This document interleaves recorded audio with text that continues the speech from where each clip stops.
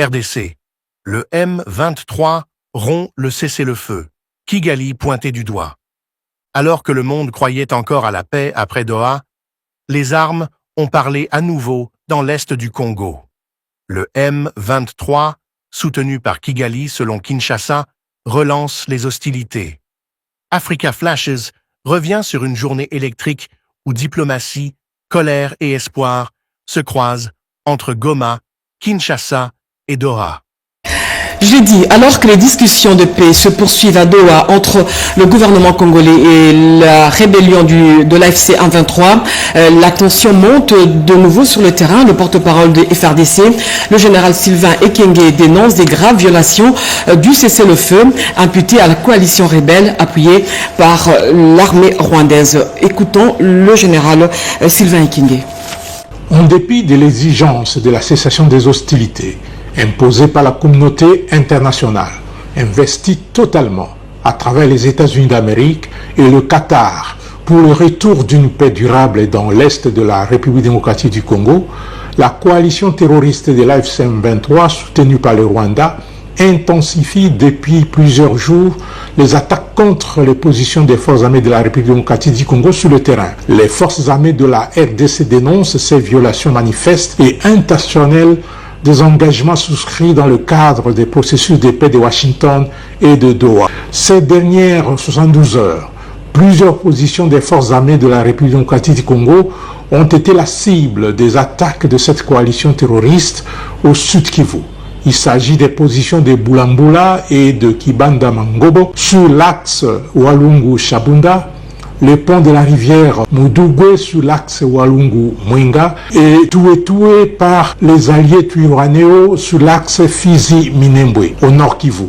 Les attaques sont concentrées à Kasopo et à Kajinga, au groupement Nyamaboko 1er, secteur de Osobanyungu en territoire de Massissi. Sans oublier la tentative d'occupation du mont Irimui vers Bunyatenge dans le territoire de Lubero. Les forces armées de la République démocratique du Congo prennent la communauté internationale et les négociateurs américains et qataris à témoin face à cette attitude non respectueuse des engagements souscrits dans le cadre des négociations en cours. Soucieuses de la sécurité des populations martyrisées, les forces armées de la République démocratique du Congo ont pris toutes les dispositions pour s'opposer à toutes les provocations de l'AFC M23 manifestement non disposées à suivre la voie de la paix tracée par les accords librement signés.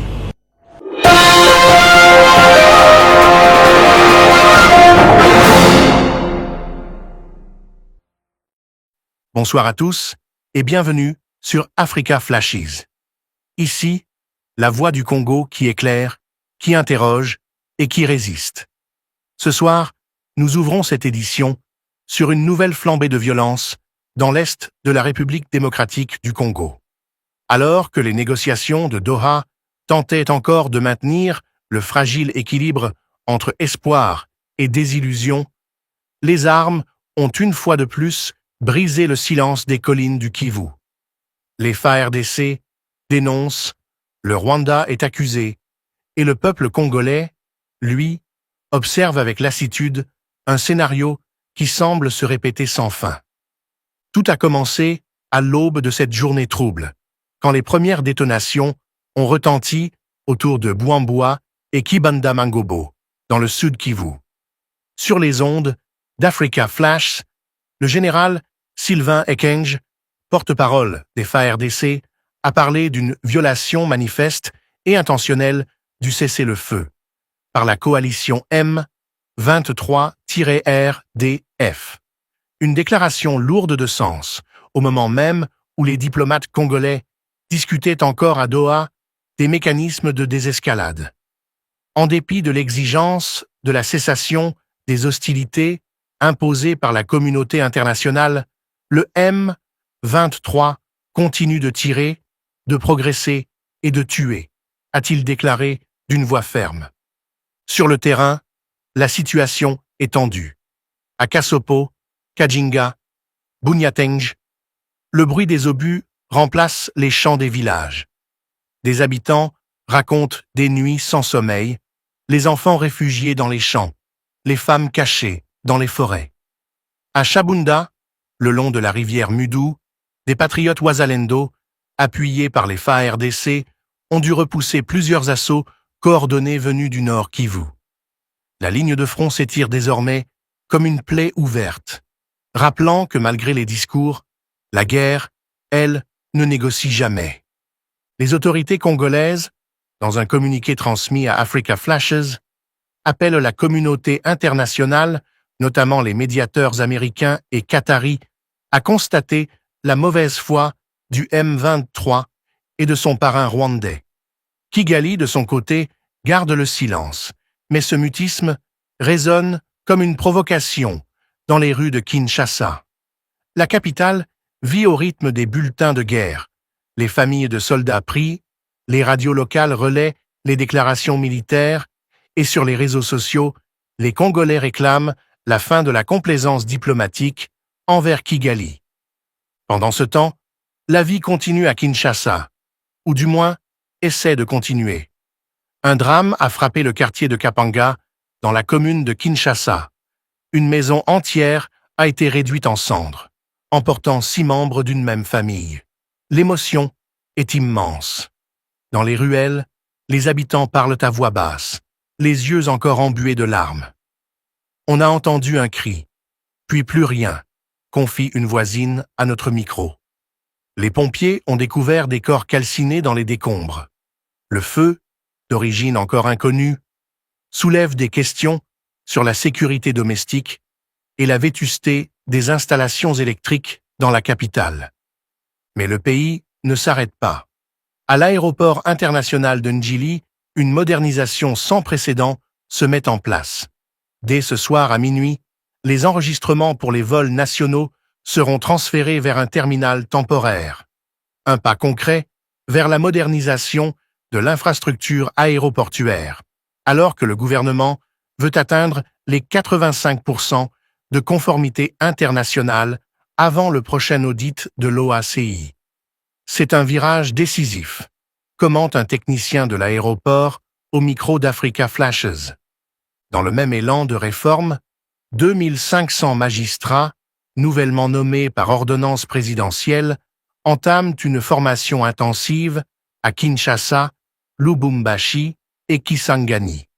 Objectif : réhabiliter la justice congolaise, longtemps critiquée pour sa lenteur et sa corruption.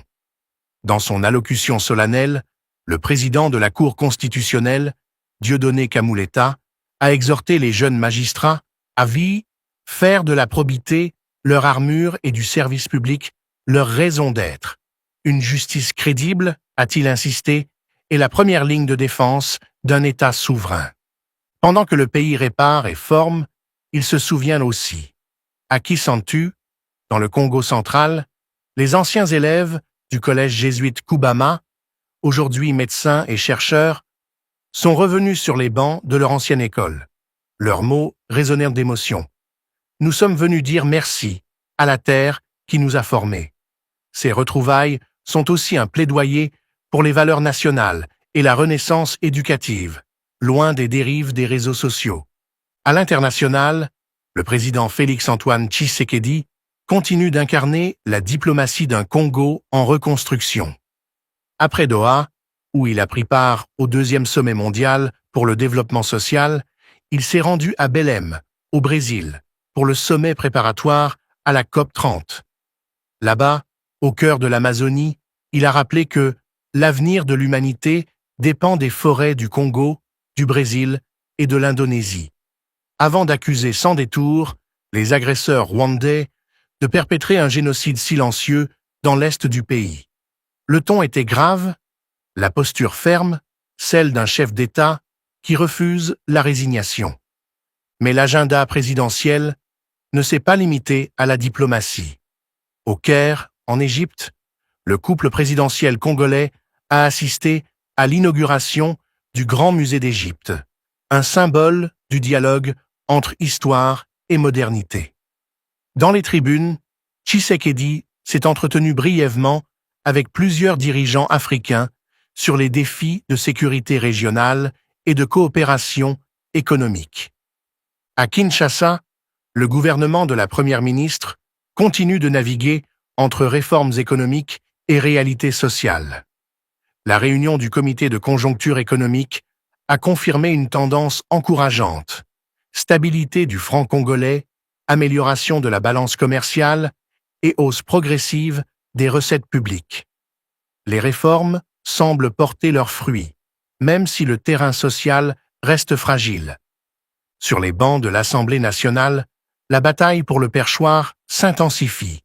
L'Union sacrée, coalition présidentielle, a dévoilé son ticket, Aimé Boji, pressenti pour diriger la Chambre basse. Une annonce qui relance le débat sur l'équilibre interne des forces politiques et la nécessité de préserver l'unité face à la guerre. Et pendant que la capitale s'agite, la pluie continue de frapper Kinshasa, laissant derrière elle des rues inondées, des maisons effondrées et des caniveaux obstrués par les déchets. Des vidéos virales ont montré des inciviques jetant des immondices dans les égouts en pleine averse. Les autorités ont réagi avec fermeté. Le Conseil national de cyberdéfense a interpellé les auteurs, symbole d'une capitale décidée à se reprendre en main. Dans les hôpitaux, un autre combat se mène, plus silencieux, celui de la santé publique. À l'occasion de la Journée internationale de la radiologie, les médecins congolais ont rappelé l'importance de l'imagerie médicale dans le diagnostic du cancer de la prostate. L'évolution technologique sauve des vies, mais les appareils manquent. Et les coupures d'électricité compliquent encore les examens. Sans imagerie, on ne peut rien faire, confie un radiologue lucide mais combatif. Sur le plan du tourisme, la République démocratique du Congo veut s'ouvrir au monde. Le ministre Didier Mazinga a représenté le pays à la 26e Assemblée générale de l'ONU Tourisme à Riyad. Thème central, l'impact de l'intelligence artificielle sur le tourisme mondial. Une opportunité pour la RDC, riche en biodiversité, de se positionner comme une future destination écologique. À Bandundu, la ville se prépare à accueillir la 13e conférence des gouverneurs. Entre les ports fluviaux en activité et les chantiers routiers, l'effervescence est palpable. La population espère que ce rendez-vous donnera un nouveau souffle au développement provincial. La semaine s'est achevée sur une note symbolique, la question de la mémoire nationale. Faut-il rebaptiser le stade Tata Raphaël en hommage à Mohamed Ali ou George Foreman? Le débat divise. Pour certains, Tata Raphaël représente le patrimoine congolais, le berceau du football national. Pour d'autres, le combat de 1974 mérite un hommage universel. Dans les rues de Kinshasa, les discussions s'enflamment, preuve que la mémoire, elle aussi, fait partie du présent. Et pendant que les institutions cherchent la stabilité, la société civile réclame la rigueur. Les pharmaciens du pays ont tenu leur 6e congrès national. Une nouvelle équipe dirigeante, conduite par le docteur Kaiba Dayen, promet de redonner à la profession sa dignité et de combattre la prolifération des médicaments illicites. Enfin, au cœur de la capitale, la jeunesse étudiante se prépare à une innovation pédagogique majeure. Dès cette année, les finalistes de l'Exeta passeront une épreuve orale d'anglais, une ouverture linguistique décidée par le ministère de l'Éducation pour renforcer les compétences internationales des futurs diplômés. Dans un pays où le courage se conjugue au quotidien, chaque initiative compte, chaque réforme porte un espoir. Mais ce soir, l'ombre du Kivu plane encore sur le ciel congolais. Le cessez-le-feu violé, les positions reprises, les familles déplacées, autant de rappels que la paix n'est pas un mot, mais une conquête. De Kinshasa à Goma, de Doha à Belém, Africa Flashes restera sur le front de l'information, là où se joue le destin d'un peuple debout, fier et vigilant. 6 membres d'une même famille ont péri dans un incendie ravageur. Selon des sources concordantes, l'origine du sinistre reste jusque-là inconnue. Des enquêtes sont en cours pour déterminer les causes exactes de ce drame. Au cœur sensible de s'abstenir. Des corps calcinés et sans vie enfouis dans les décombres d'une maison qui a connu un incendie grave. Le drame s'est produit dans la commune de Kinshasa, au croisement des avenues Kapanga et Marais. 6 personnes d'une même famille brûlées et sont décédées. Quelques rescapés sont sortis avec des brûlures graves de 3e degré. L'origine de cet incendie reste à élucider. Les témoins directs, plongés dans une profonde désolation, peinent à raconter ce qui leur est arrivé. 6 personnes membres d'une même famille ont perdu leur vie. Ils ont été électrocutés par les courants.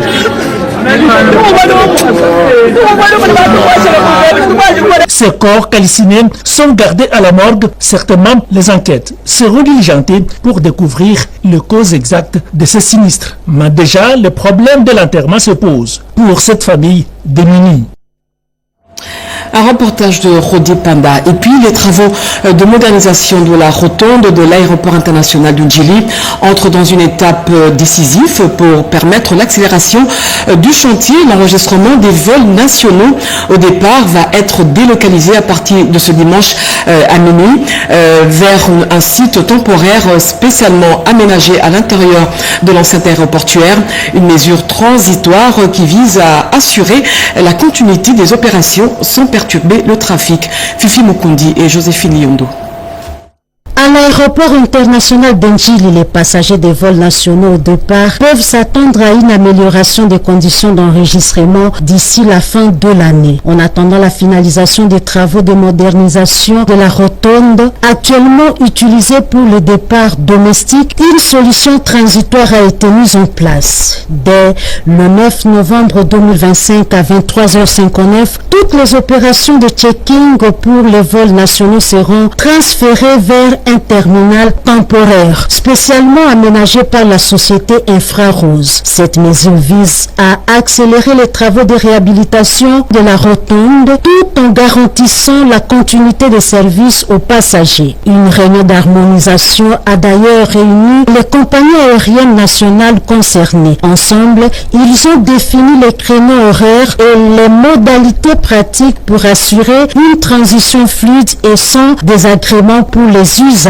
Par ailleurs, l'aéroport d'Ndjili enregistre une avancée significative en matière de la sûreté. Selon les résultats du dernier audit de l'autorité de l'aviation civile AAC, les travaux de conformité aux normes internationales est passé de 8% à 71%. Une progression remarquable attribuée au leadership rigoureux et au suivi rapproché du DG Louis Blaise Londolé Lonkoy. L'autorité de l'aviation civile se montre optimiste. Si cette dynamique est maintenue, l'aéroport pourrait atteindre 85% de conformité avant le prochain audit de l'Organisation de l'aviation civile internationale OAC. Avec la modernisation des infrastructures et les renforcements de la sûreté, l'aéroport d'Ndjili annonce un tournant décisif pour améliorer l'expérience des passagers et se hisser aux standards internationaux.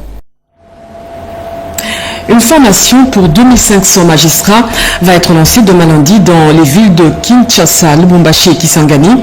Cette session de 15 jours organisée par le Conseil supérieur de la magistrature vise à renforcer l'efficacité et l'éthique des magistrats. Un reportage d'Oscar Mbalkeij. C'est une salle de congrès du Palais du Peuple Noir de Monde. 2500 nouveaux magistrats récemment nommés par ordonnance présidentielle sont rentrés à l'école de formation sur l'éthique, la déontologie et les procédures devant guider leur travail. Devant les membres du Conseil supérieur de la magistrature, le président de la Cour constitutionnelle, Dieudonné Kamoulé Tabadibanga, a motivé l'organisation de cette formation qui va se dérouler en 2 temps, à Kinshasa d'abord et ensuite à Lubumbashi avant leur affectation à travers le pays. Après la formation qui sera lancée aujourd'hui et les affectations qui vont s'en suivre, vous serez appelés à prêter serment. Ce serment n'est pas une formalité symbolique, mais un pacte solennel entre vous et la nation. Il engage votre conscience, votre loyauté et votre honneur. Soyez à la hauteur de cet engagement. Faites de l'excellence votre boussole, de la probité votre armure et du service public votre raison d'être. Car c'est par votre intégrité et votre compétence que la justice congolaise retrouvera toute sa dignité et toute sa confiance auprès du peuple, vœu ardent du magistrat suprême. Partage d'expériences et de sages conseils prodigués tour à tour par les chefs de corps de l'appareil judiciaire congolais. Les formateurs ont été recrutés parmi les procureurs, les avocats généraux ainsi que les professeurs des universités qui traînent derrière eux une longue expérience dans les domaines. La nouvelle qui a provoqué une salve d'applaudissements dans la salle, c'est l'annonce par le président de la Cour constitutionnelle, Dieudonné Kamuleta, de la prise en charge totale des nouveaux magistrats en termes de salaire et d'allocation. Et après cette formation de 12 mois, les nouveaux magistrats seront déployés à travers le pays. Et puis les anciens élèves du collège jésuite Koubama, membres de l'association des anciens et amis de la faculté des médecines de l'université de Kinshasa, ont visité leur ancien établissement à Kisantu dans le Congo central, une occasion pour eux de sensibiliser les élèves sur les valeurs culturelles et l'amour de la patrie. Yvette Makutima et Fiston Wavingana pour ce reportage. L'AFMED ravive la mémoire et l'engagement au collège Koubama. C'est un retour aux sources, riche en émotions et en symboles. À Kisantu, dans le Congo central, les prestigieux collèges Koubama de la mission des Jésuites a accueilli une délégation de médecins et anciens élèves regroupés au sein de l'association des anciens et amis de la faculté de médecine de l'université de Kinshasa AFMED en marge de leur 13e congrès tenu récemment à Kinshasa. Conduit par les recteurs Charles-Claude Bindanda, le groupe a visité ces hauts lieux du savoir, berceau de l'université Lovanium, aujourd'hui université de Kinshasa, et lieu fondateur pour de nombreuses élites congolaises. Dans un échange intergénérationnel empreint de fraternité, les membres de l'AFMED ont sensibilisé les élèves à l'importance de la discipline, du travail scolaire, de la santé, notamment sur le diabète, et à l'usage responsable des réseaux sociaux. Ils ont également plaidé pour le respect des valeurs culturelles congolaises et l'amour de la patrie. Le berceau de notre université, c'est ici et on devait revenir aux sources. On reviendra dans le cadre de formation médicale continue. Leur passage à l'hôpital Saint-Luc, de Kisantu notamment, dans la salle d'urgence, a permis une proximité forte avec les réalités sanitaires locales. On reviendra régulièrement pour aider ces territoires du côté médical et on a aussi du matériel médical qu'on pourra proposer à cet hôpital. Mais l'inquiétude des maires, le projet de construction d'une école primaire moderne sur les sites du collège Koubama qui tarde à se concrétiser faute de financement malgré la pose de la première pierre. L'AFMED s'y engage en vue du centenaire du collège prévu le 2 mai 2026. Plus qu'une visite, c'est un acte de mémoire et de projection pour que ces sites historiques continuent de former les bâtisseurs du Congo de demain.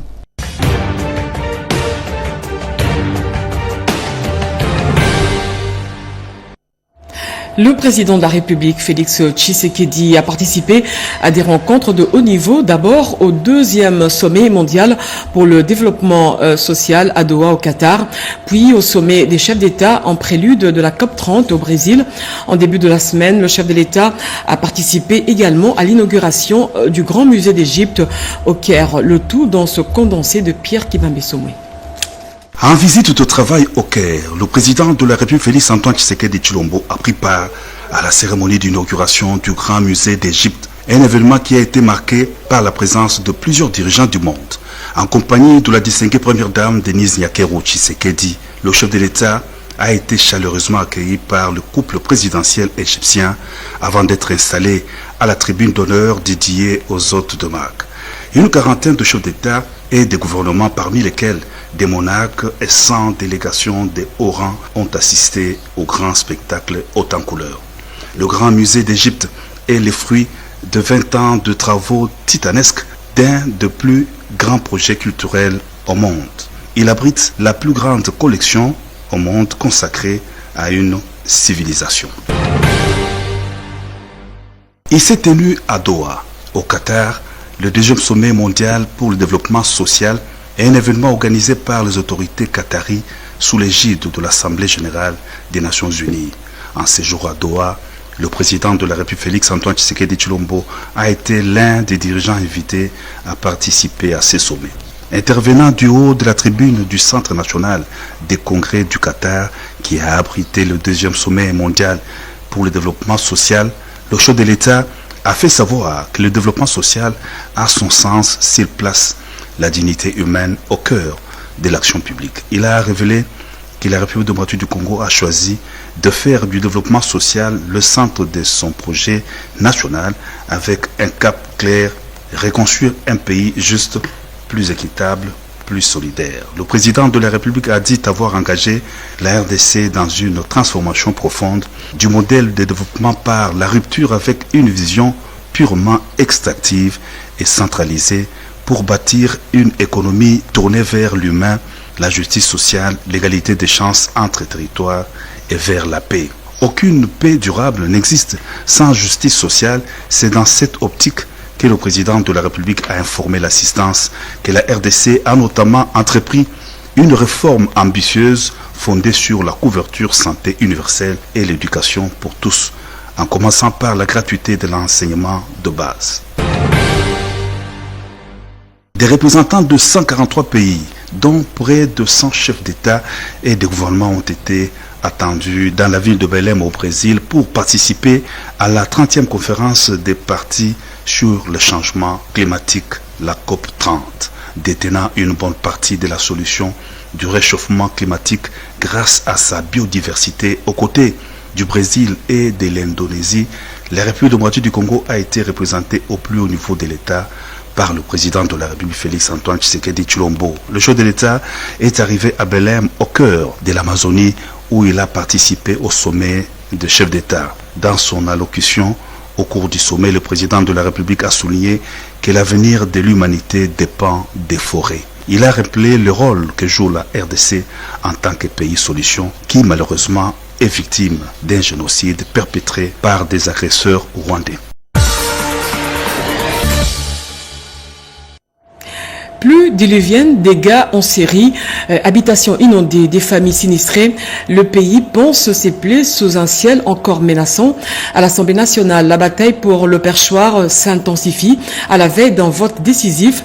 Joséphine Liondo revisite cette semaine et commente avec nous l'actualité. Le portrait robot du futur président de l'Assemblée nationale est clair. L'Union sacrée a choisi son ticket. Dans l'entretemps, l'exécutif national maintient le cap des réformes économiques pour garantir la stabilité. Autre fait, ce sont des dégâts de pluie torrentielles dans la capitale. Des éboueurs inciviques ont été appréhendés pour avoir jeté des immondices dans les caniveaux en pleine pluie. Voici en quelques lignes la charpente de la semaine en 5 minutes. Aimé Boji, ticket de l'Union sacrée au perchoir de l'Assemblée nationale. La majorité parlementaire affiche ses couleurs autour du secrétaire permanent de cette famille politique. C'est ce qui ouvre la voie à la course au fauteuil du président de la Chambre basse et celui du rapporteur adjoint. Dans le volet économique, les indicateurs actuels sont prometteurs et le gouvernement tient à maintenir le cap des réformes pour consolider la stabilité économique. C'est ce qui ressort de la réunion du comité de conjoncture économique présidée la semaine par la première ministre qui a procédé d'une manière générale à l'évaluation de la situation économique du pays.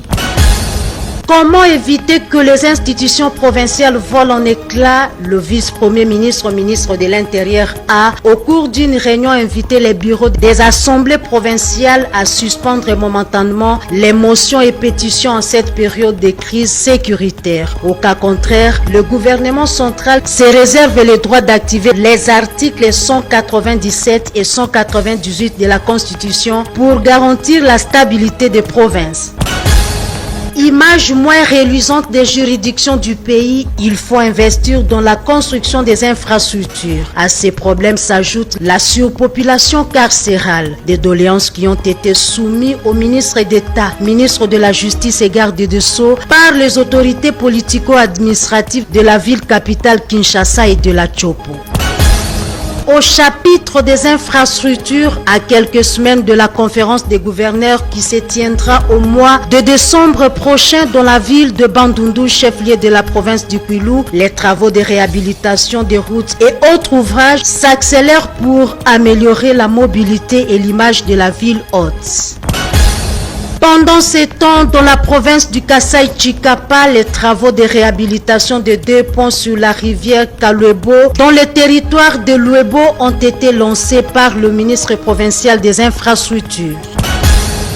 Incident environnemental majeur dans le Haut-Katanga, le ministre des Mines tape du poing sur la table. L'entreprise Congo Dong Fan Mining, à la base de la pollution des eaux, a été suspendue et sommée de réparer les préjudices posés à la population. La pluie à Kinshasa et son lot de malheurs. Le Conseil national de cyberdéfense a mis la main sur les inciviques qui, dans une vidéo devenue virale sur la toile, ont jeté des immondices dans les caniveaux et les chaussées de la capitale pendant la pluie. Cette interpellation va décourager ceux qui s'adonnent à cette pratique. Une alerte sanitaire qui risque de conduire à un drame. Les habitants du quartier Kinko le Pêcheur, situé dans la commune d'Ensele, sont exposés à des maladies respiratoires et leur cadre de vie se détériore à cause d'une fabrique de braises installée depuis 3 ans en pleine zone résidentielle. Enfin, même situation ou presque dans le quartier Matadi-Mayo, où les immondices ont envahi l'école Christ-Roi, empêchant ainsi les élèves de suivre les cours dans de bonnes conditions. Cet établissement fait face à une insalubrité inquiétante. Un appel est donc lancé aux autorités pour des solutions urgentes.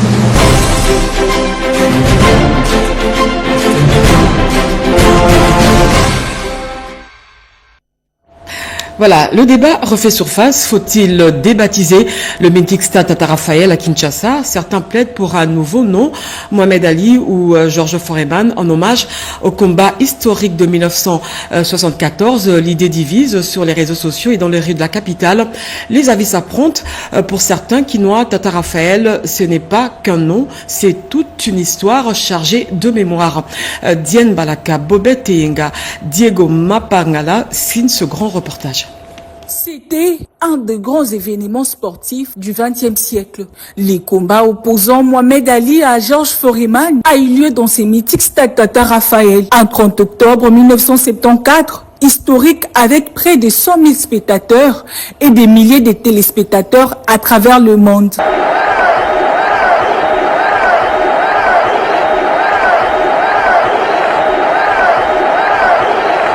Toutefois, l'histoire de ces stades remonte à l'époque coloniale 51 ans après. Kinshasa veut capitaliser ses souvenirs avec un changement des noms de ces stades qui a traversé les époques. L'idée divise. Pour ou contre, la question s'était invitée sur les réseaux sociaux, dans les rues de Kinshasa et même sur le plateau télévisé. Père Raphaël, c'est un monument dans ce pays. Quand vous voyez l'école Saint-Raphaël, vous voyez l'école Saint-Pierre, vous voyez, c'est lui l'initiateur du football. Il a créé l'AS Vecler, il est le cofondateur de Daring Klamoto Mapemi. En plus, selon l'histoire qu'on a pu requérir, que mosquée là-bas a été conçue pour le combat d'Ali Foreman. Je préférais ceci que l'initiateur de ce projet, qu'il parte là-bas il y a un mosquée là-bas. Le mosquée là, il peut rebaptiser ce mosquée là au nom de Ali Foreman, pas ce stade. Comme l'histoire de ce grand baobab de boxe dans l'histoire du monde, par rapport à combat naïe, Ali Foreman, Ali Bomaye. Quant à moi, je vois aucun inconvénient. Tata Raphaël, lui, reste une figure emblématique du sport congolais, un homme, une histoire et un stade indissociable. Ce stade Tata Raphaël, c'est un stade mythique. Si je dis mythique, pourquoi? Parce que toute l'histoire du football congolais s'est passée dans ce stade. En commençant par les Léopards. Toutes les coupes que les Léopards ont remportées en 68 et en 74 ont été jouées dans ce stade. Toutes les coupes, les trois premières coupes de Mazembe Anglebert Tout-Puissant, c'est au stade Tata Raphaël. Vous avez 20 clubs qui est sorti champion en 73, c'est toujours le stade Tata Raphaël. Et le plus grand événement footballistique, c'est quand le roi Pelé, en 1967, est venu jouer dans ce stade. À la faveur de la révolution du Impair, en 1970, on va débaptiser le stade du 20 mai. C'est ainsi que, quand l'AFDEL est arrivé, on est revenu vite à la dénomination de stade Tata Raphaël. Parce que le stade là, ce n'est pas un stade de boxeurs, mais c'est un stade de footballeurs. Quand bien même Ali et Foreman se sont battus là-bas, mais c'était un épiphénomène. C'était une situation passagère qui ne peut pas renverser toute une histoire du football congolais du nom de Tata Raphaël. Cette idée des débaptisations s'inscrit dans le cadre des préparatifs du cinquantenaire du combat du siècle. Entre mémoire et modernité, la question reste ouverte. Faut-il rebaptiser le stade ou préserver son histoire? En entendant, Tata Raphaël demeure un symbole fort du sport congolais et de tout un pan de la mémoire collective.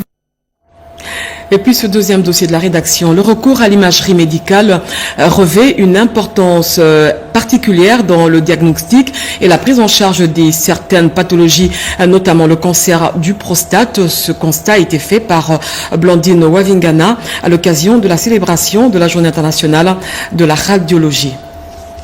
L'imagerie médicale avec utilisation des machines performantes joue un rôle crucial dans le dépistage, le diagnostic et le suivi de plusieurs maladies. C'est le cas par exemple du cancer de la prostate. Un spécialiste en urologie explique. Le cancer de la prostate est une maladie du sujet âgé. Il se caractérise par définition par une prolifération anarchique des cellules localisées au niveau de la prostate. Et le type histologique que donne cette maladie, c'est l'adénocarcinome de la prostate. L'adénocarcinome de la prostate se manifeste chez les sujets âgés généralement, très fréquent chez le noir, à partir de 50 ans, 60 ans, 70 ans, 80 ans. Il se localise au niveau de la prostate et il s'accompagne des signes particuliers. En fait, au début, on ne voit pas des signes de la maladie. La maladie est encore bien localisée dans la prostate. Et en ce moment-là, personne ne va consulter.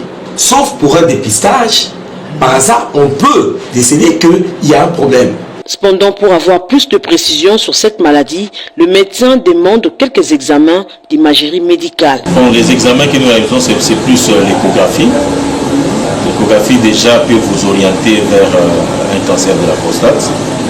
Et en dehors de l'échographie, nous pouvons réaliser aussi l'imagerie par résonance magnétique de la prostate qui doit aussi nous orienter vers un cancer de la prostate. Les résultats que nous avons sont vraiment fiables par rapport à ces examens et les cliniciens sont souvent satisfaits parce qu'on arrive à détecter les problèmes chez les malades par rapport aux problèmes prostatiques qu'il peut y avoir. Et les cliniciens savent déjà qu'il faut voir peut-être s'il y a une rétention des urines. Il sait déjà qu'il peut poser une sonde facilement parce que la cause c'était une augmentation du volume de la prostate. Donc l'imagerie est très essentielle dans cette situation-là. Sinon sans imagerie, on ne peut rien faire. Le médecin spécialiste en urologie, le professeur Dr Loposo, a quant à lui reconnu également l'apport de l'imagerie dans la prise en charge du cancer de la prostate. L'imagerie médicale a un grand impact parce que quand je vois des anomalies, quels sont les examens que je commence à demander? Je demande l'échographie prostatique, mais généralement je demande l'échographie réno-vésico-prostatique. Dans cette échographie, nous allons voir l'état de la prostate. Nous allons voir le poids, nous allons mesurer le poids de la prostate par une formule particulière. Nous allons apprécier la surface de la prostate.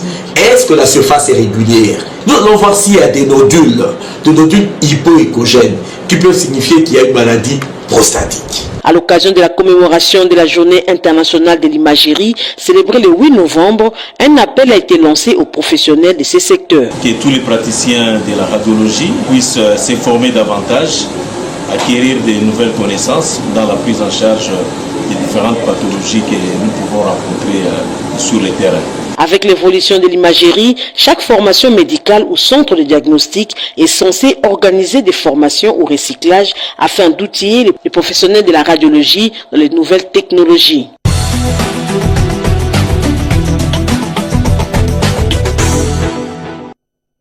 Le ministre du Tourisme, Didier Mazinga, a représenté la RDC à la 26e Assemblée générale de l'ONU Tourisme qui va se tenir au mois de novembre à Riyad, en Arabie Saoudite, sur le thème « L'impact de l'intelligence artificielle et de l'innovation sur la configuration du tourisme mondial ». Oulia Tunakov, notre envoyé spécial. Les ministres du tourisme de la République démocratique du Congo, qui tient visiblement à promouvoir les secteurs du tourisme longtemps sous-exploités et à matérialiser la vision du chef de l'État, celle relative à faire de la RDC pays aux potentialités immenses et riches en flore et en faune, au cœur de l'Afrique, une des meilleures destinations au monde, a participé ce vendredi 8 novembre à la 26e Assemblée générale de l'ONU Tourisme, organisée du 7 au 11 novembre 2025 à l'hôtel Mandarin Oriental en plein cœur de Riyad, capitale du royaume d'Arabie Saoudite. Placé sous le thème l'impact de l'intelligence artificielle et de l'innovation sur la configuration du tourisme mondial, ces assises coïncident avec le 50e anniversaire de l'ONU Tourisme. Plusieurs points à l'ordre du jour ont été débattus et adoptés au cours de cette 124e session du Conseil exécutif dont la RDC fait partie des 11 pays africains membres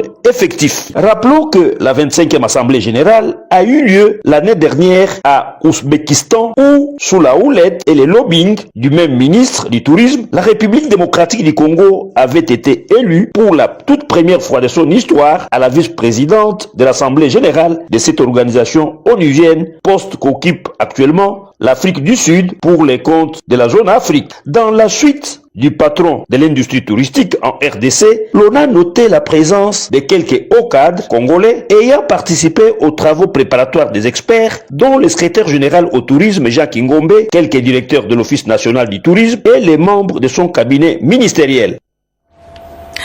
Et puis, à la veille de la tenue de la 13e session de la conférence des gouverneurs, la ville de Bandundu offre l'image d'une ville ouverte, dynamique et résolument tournée vers le développement de la RDC en général et la province du Kwilu en particulier. Jacques Kaboba, notre envoyé spécial. Ville portuaire au croisement des trois rivières, Kwilu, Kwango et Kasai, Bandundu, chef-lieu de la province de Kwilu, s'apprête à accueillir la 13e session de la conférence des gouverneurs prévue au mois de décembre prochain. En rapport avec cette grande messe, la ville continue avec ses activités quotidiennes, à l'exemple des ports de Lonatra, Port Sable et Bimbili.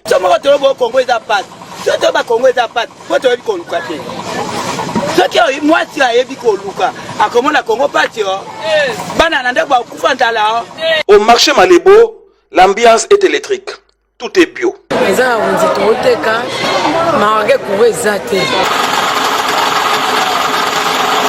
Même son des cloches à l'hôtel Majestic, l'un des meilleurs établissements d'hébergement du chef-lieu de la province du Kwilu.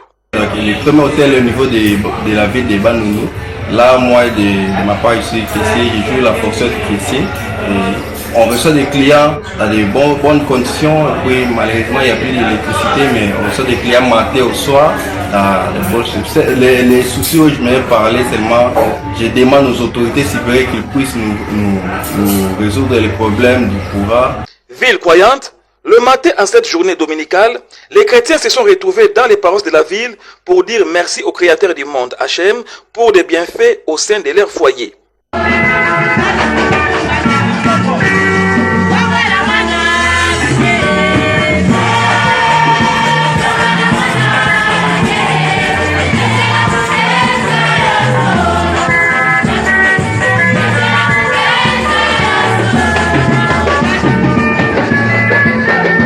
Avec ces trois communes, Dissassi, Basoko et Mayoyo, Bandundu offre l'image d'une ville ouverte, debout et prospère pour le développement de la République démocratique du Congo en général et la province du Kwilu en particulier.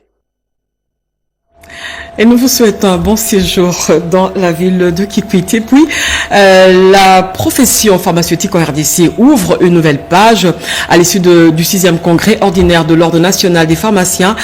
Dilayen Kaïba succède au docteur Panzouglori à la tête de l'institution. Ce passage de flambeau intervient dans un contexte marqué par la régulation du secteur, la lutte contre les médicaments illicites. Toto Sungu.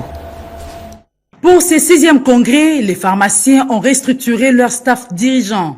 Dr Kaïba Mono Dilayen succède à Glory Panzou. Ce structure est décisif pour la profession. Le secteur pharmaceutique appelé à être assaini et réformé. L'ordre des pharmaciens s'y emploie. Nous avons pu obtenir du gouvernement, par exemple, un décret qui reconnaît à ce jour le grade du docteur en pharmacie. On a pu obtenir du gouvernement le décret sur le système national d'approvisionnement en médicaments. Beaucoup de dispositifs placent le pharmacien vraiment dans son rôle social le plus intéressant. Nous allons redonner de la dignité à la profession pharmaceutique. C'est vraiment un pilier que nous n'avons pas raté. Et puis nous allons moderniser l'exercice pharmaceutique. Et puis on va faire de sorte qu'il y ait une solidarité réelle dans la profession pharmaceutique. Les pharmaciens se sont convenus de redynamiser la profession et renforcer le contrôle pharmaceutique. Dans le contexte actuel de notre pays, beaucoup de gens négligent ce secteur alors que c'est un secteur clé pour le développement du pays. Nous allons faire tout ce qu'il faut à travers une proposition de loi qui régit le secteur pharmaceutique pour que le secteur pharmaceutique soit bien protégé, également promis sur tous les rouages. Parmi les résolutions, le pharmacien plaide pour la tenue des états généraux du secteur et sollicite l'appui du gouvernement. En attendant, les pharmaciens se sont donné rendez-vous pour 2029 pour leur 7e congrès. Et puis l'évaluation des différentes causes d'instabilité au niveau des assemblées provinciales et la situation sociale des élus provinciaux, des points abordés à la 3e session ordinaire de la conférence des présidents des assemblées provinciales de la RDC qui s'est ouverte ici à Kinshasa. Blandine Wavingana. Au cours de cette 3e session ordinaire tenue à Kinshasa, les présidents des assemblées provinciales des 26 provinces de la RDC ont débattu des sujets importants relatifs au bon fonctionnement de leurs assemblées provinciales respectives. Il s'agit entre autres de la bonne gouvernance, de la problématique du retard des paiements des élus provinciaux qui ont écopé de 7 mois d'arriérés de leur émolument depuis le début de cette législature. Les présidents des élus provinciaux de la RDC ont également réfléchi sur les mesures de faisabilité et la mise en œuvre des instructions du président de la République, Félix Antoine Tshisekedi Tshilombo, reçu lors de la réunion avec le vice-premier ministre, ministre de l'Intérieur, décentralisation et affaires coutumières, à l'intention des animateurs des institutions provinciales. Nous, de notre côté, il fallait également que nous puissions nous réunir pour évaluer cette rencontre, la communication qui a été faite par son Excellence, Monsieur le vice-premier ministre, ministre de l'Intérieur, la communication de la haute autorité, et aussi nous remettre nous-mêmes aussi en question. Vous savez que ce qui a poussé à l'organisation de cette rencontre, c'est l'instabilité qui se vit au niveau des différentes provinces, aussi bien cette instabilité qui touche aussi bien les bureaux d'assemblée provinciale que les exécutifs provinciaux. À notre niveau également, nous voulions passer cela en revue. Vous savez que depuis le début de la législature, Ici est de noter que la 4e session ordinaire de la conférence des présidents des assemblées provinciales de la RDC se tiendra au mois de décembre prochain au Kouélou, en marge de la conférence des gouverneurs des provinces. Pasteur Thomas Kamwend a officiellement pris les rênes de l'Union sacrée de la Nation d'Afrique du Sud. L'installation du nouveau coordonnateur a été effectuée par le secrétaire permanent de l'UCN, André Mbata, qui s'est rendu spécialement à Johannesburg pour l'occasion. Robert Nechisense et Turbo Chimanga.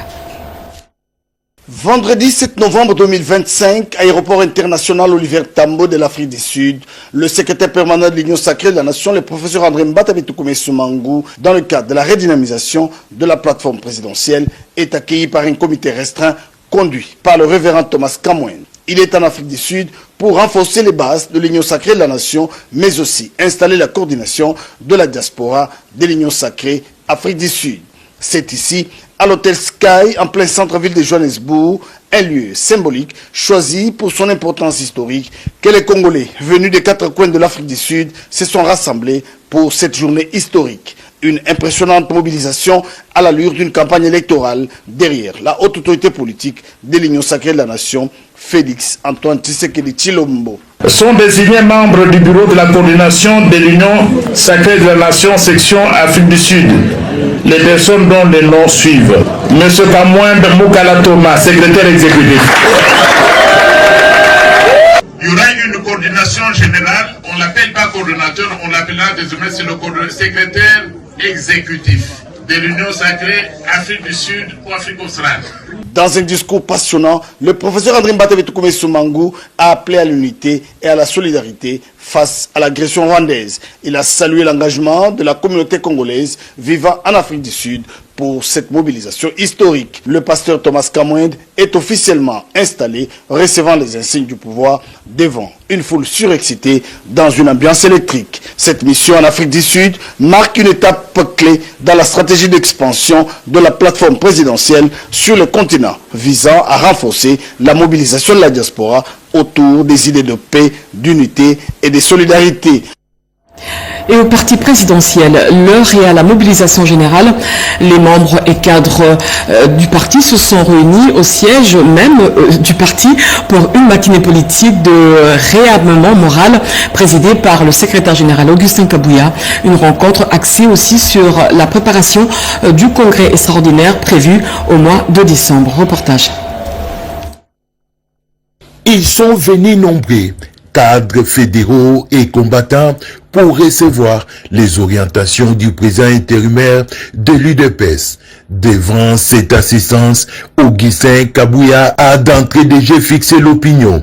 La convocation du congrès extraordinaire du parti est irréversible. Selon lui, ces assises se tiendront du 10 au 14 décembre prochain à Kinshasa, conformément au texte réglementaire du parti. Et seuls les membres ayant qualité y prendront part, les membres de l'exécutif national, les fédéraux, la Ligue des jeunes, celle des femmes et la commission d'égalité des genres, pour ne citer que cela. Dans la foulée, le secrétaire général a annoncé la création de 2 commissions, l'une chargée de révisiter les statuts du parti et les règlements d'ordre intérieur, et l'autre de préparer les congrès, conformément aux orientations du chef du parti, Félix Antoine Tshisekedi Tshilombo.